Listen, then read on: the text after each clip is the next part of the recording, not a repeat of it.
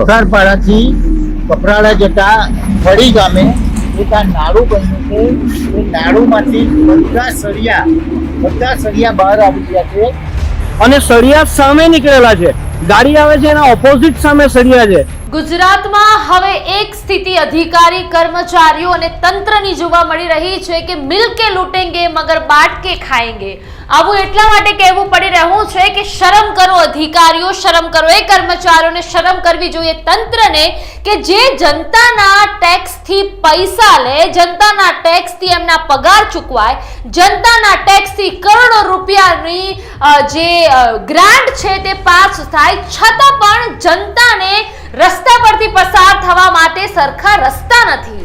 શરમ કરવી જોઈએ તંત્રને, શરમ કરવી જોઈએ સરકારને કે પાછળના 30 વર્ષથી ગુજરાતની જનતા એ સરકારને વિશ્વાસ સાથે ચૂંટી રહી છે, જે સરકાર, જે તંત્ર જનતાને સારા રોડ, રસ્તા, ગટર પાણીની વ્યવસ્થા આપવા તૈયાર નથી. એમની નજીવી જે બાબતો છે, પાયાની જે તકલીફો એમને પડી રહી છે એનું નિરાકરણ લાવવામાં તેમને કોઈ રસ નથી, પરંતુ મસ્ત મોટા પૈસા કમાવામાં એ તંત્ર, અધિકારી, કર્મચારી, સરકારને રસ છે. એ દરેકને શરમ આવી જોઈએ. આવું એટલા માટે કહેવું પડી રહ્યું છે કારણ કે બધા મળીને લૂંટે છે આખા ગુજરાતને અને પછી ભાગલા પાડીને ખાય છે કે ભાઈ આ તારો ભાગ, આ મારો ભાગ. પણ એમ નથી કહેતા કે ભાઈ જેના ભાગના પૈસા આપણે લૂંટીને વેચીને ખાઈ રહ્યા છે એમને તો આપણે સગવડો પૂરી પાડીએ. ગંભીરા બ્રિજ જે અકસ્માત થયો એ કોની ભૂલ? R&B વિભાગની અધિકારીઓની પોલ, એમને કરેલી એ કમિશન, એ કટકી, કારણ કે ગ્રાન્ટ ફળવાય છે, પૈસા સરકાર આપે છે, આખરે કઈ જગ્યાએ પૈસા જાય છે સૌથી મોટો સવાલ છે. ફરીથી એવા જ એક દ્રશ્યો સામે આવ્યા છે. એ ગંભીરા બ્રિજનો અકસ્માત થયો એના પછી દરેક જિલ્લાના દરેક બ્રિજ, દરેક પુલની નિરાકરણની કામગીરી છે તે હાથ ધરવામાં આવી. એ પહેલા પ્રશ્ન એ છે કે અત્યાર સુધી શું અધિકારીઓ, તંત્ર અને જે કર્મચારીઓ છે સૂઈ ગયા હતા? શું રોડ અને બિલ્ડિંગ વિભાગના કર્મચારી અધિકારીઓને ખબર નથી કે ભાઈ જે તે જગ્યાનો પુલ, ઓવરબ્રિજ એ આપણી અંડરમાં આવે છે, આપણે ચકાસણી કરવી જોઈએ? ના, કોઈક મરે, કોઈકનો જીવ જાય, કોઈ ઘરનો આધાર ગુમાવે, કોઈ બેન, કોઈ બાપ, કોઈ ભાઈ, કોઈ માં, કોઈ પિતા ગુમાવે, પછી ખબર પડે કે ભાઈ હવે જાગવું પડશે. જાગે ક્યારે? જ્યારે મીડિયા કર્મીઓ મોઢા પર જઈને પાણી ફેંકે કે ભાઈ ઉઠો અને જુઓ તકલીફ શું છે, આ લોકોની તકલીફો જુઓ, ત્યારે એ અધિકારીઓને ખબર પડે કે ભાઈ અમે અહીંયા ભૂલ કરી છે. છતાં પણ શું થાય? 2-3 કર્મચારીઓને સસ્પેન્ડ કરી દેવામાં આવે, પછી કેસ ચાલે, કેસ પણ જીતી જાય ને પાછા લીલા લહેર કરવાની શરૂઆત કરી દે. ફરીથી એક ઘટનાનું નિર્માણ થયું કે જ્યાં રોડ, રસ્તા, બિલ્ડિંગ વિભાગની ઘોર બેદરકારી સામે આવી. રસ્તો તો મસ્ત મજાનો બનાવી દેવામાં આવ્યો છે, પરંતુ હવે એના પર જે સળિયા નાખવામાં આવે છે એ ચોખ્ખા દેખાય છે. સ્ક્રીન પર આપ દ્રશ્યો જોઈ શકો છો કે કેવા હાલતમાં રોડ અને રસ્તા જનતાને આપવામાં આવે છે. ચલો દિવસ હોય તો કદાચ આ રોડ અને રસ્તા જનતાને દેખાય, પણ રાતના સમયે જો કોઈ અન્ય બનાવ બને, કોઈ અનિચ્છનીય કાર્ય બની ગયું તો આનું જવાબદાર કોણ? કારણ કે એ તો R&B વિભાગના અધિકારીઓ તો મસ્ત પોતાની ઊંઘ લેતા હશે, કર્મચારીઓ, અધિકારીઓ, તંત્ર તો સરસ મજાના સપના સાથે એમના બિસ્તર પર ઊંઘેલા હશે, પરંતુ આ જે માણસોનો જીવ જાય છે, જે જીવના જોખમે આવા રસ્તા પસાર કરે છે, એવા વ્યક્તિઓનું શું? ગુજરાતમાં હવે ભ્રષ્ટાચારે માંઝા મૂકી છે. અનેક રસ્તાઓ ધોવાઈ ગયા. એટલા માટે કહી રહી છું કારણ કે એ ભ્રષ્ટાચારની પોલ છે. એ ભ્રષ્ટાચાર પ્રી મોન્સૂનની કામગીરીના જે આખા મોટા પ્લાન નક્કી થાય છે, પ્લાન પ્રી મોન્સૂનના એ પૈસા ક્યાં વાપરવા એ નક્કી નથી થતું, પરંતુ એ નક્કી થાય છે કે કમિશનને કટકી ક્યાં મારવી જેથી કરીને આપણા ઘરની તિજોરીઓ ભરાય. કપરાડા નાસિક હાઈવેની આ હાલત છે જે તમે સ્ક્રીન પર જોઈ રહ્યા છો. હાઈવે પરના સળિયા પણ બહાર આવી ગયા છે. નેશનલ હાઈવે પર પુલની આ જે હાલત છે જોવા મળી રહી છે. રોડ પર અનેક સળિયાઓ જોવા મળી રહી છે. મહેસાણાને પણ આમાં ઘસેડવું છે. મહેસાણામાં પણ પાલાવાસાથી આગળ આપણે ડાભલા ચોકડીથી થઈને વિજાપુર જવાનો જે રોડ છે તેના પર પણ સળિયા દેખાવ્યા હતા.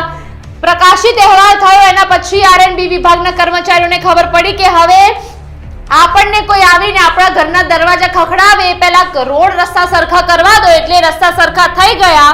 પુલની હાલત અત્યંત ખરાબ છે. આ સળિયા ગમે ત્યારે દુર્ઘટનાનું કારણ બની શકે છે. આ પુલ પરથી મોટા વાહનો ઘણી બધી સંખ્યામાં પસાર થાય છે. સળિયાને કારણે વાહન ચાલકોમાં એક ભયનો માહોલ. વરસાદની સિઝનમાં રોડની સ્થિતિ ખૂબ જ કફોડી બની છે. શું અધિકારીઓ ગંભીરા બ્રિજ જેવી ઘટનાની રાહ જોઈને બેઠા છે? સ્થાનિકો પુલના સમારકામ માટે રજૂઆત કરી રહ્યા છે. અધિકારીઓ સરકારી જવાબ આપી રહ્યા છે. અધિકારીઓ એવું કહી રહ્યા છે કે ભાઈ અમને કહેવામાં આવશે તો અમે બનાવીશું. એટલે ભલા માણસ કોઈ મરી જાય તમને કહેવા થોડું આવે કે ભાઈ અમે કાલે જવાના છીએ તો આજે તમે રોડ બનાવી દો એટલે પરમ દિવસે અમે મરી ના જઈએ. એવું થોડું તમને કોઈ કહેવા આવવાનું છે. આ સરકારની જવાબ આપીને બધા છૂટી જાય છે, પરંતુ આ ઘોર બેદરકારી છે રોડ અને બિલ્ડિંગ વિભાગની, જે આ ખાડા કામ કરી રહી છે. ગુજરાતની જનતા સાથે છેડા કરી રહી છે, એમના ટેક્સના પૈસા સાથે છેડા કરી રહી છે. પૈસા ગુજરાતની જનતા આપે, એ મરી મરીને બિચારી જીવે. ખાવા પીવા ઓઢવા પહેરવા લુગડા લત્તા બધા ઉપર ટેક્સ આપ્યા છતાં પણ આ પ્રકારનું એમને મળતું હોય તો પછી શું કરવાય ગુજરાતની જનતા?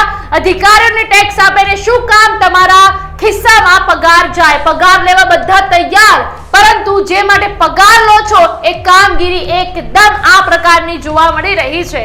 હવે જુઓ, એ જે ત્રાહિમામ પોકારેલી જનતા જે ખૂબ જ ડરથી એવું કહી રહી છે કે અમારી સાથે કોઈ બનાવ બનશે તો જવાબદાર કોણ? શું કહી રહ્યા છે એ વ્યક્તિઓ જુઓ આ વિડીયોમાં. દિવસે તો માણસ સળિયા જોઈને ઉભા બી રહી જશે, રાત્રે શું કરશે? લોકો કેટલા અહીંયા અમારા સામે એક બે ગાડીમાં તો ઠોકાયા છે, જેથી પંચર પડતા પડતા બચ્યો. અને સળિયા સામે નીકળેલા છે, ગાડી આવે છે એના ઓપોઝિટ સામે સળિયા છે. તમે વિચારો કે આમાં માણસ છે, ઠીક છે, 4 વ્હીલર મોટા વ્હીકલ છે એ તો કવર કરી લે છે, આમાં બાઇક વાળાને તો સીધું પગમાં કે શરીરમાં ઘૂસી જશે. તો એમાં આની જવાબદારી કોણ લેશે?